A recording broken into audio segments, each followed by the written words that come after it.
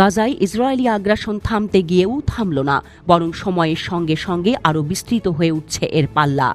Israel যুদ্ধবিরতি লঙ্ঘনের পর তার বিরুদ্ধে এখন আর শুধু গাজা নয়, একযোগে হামলা চলছে লেবানন সীমান্ত থেকেও, ইয়েমেন থেকেও। মধ্যপ্রাচ্য যেন আবারও জড়িয়ে পড়ছে এক বিস্তৃত আঞ্চলিক সংঘাতে।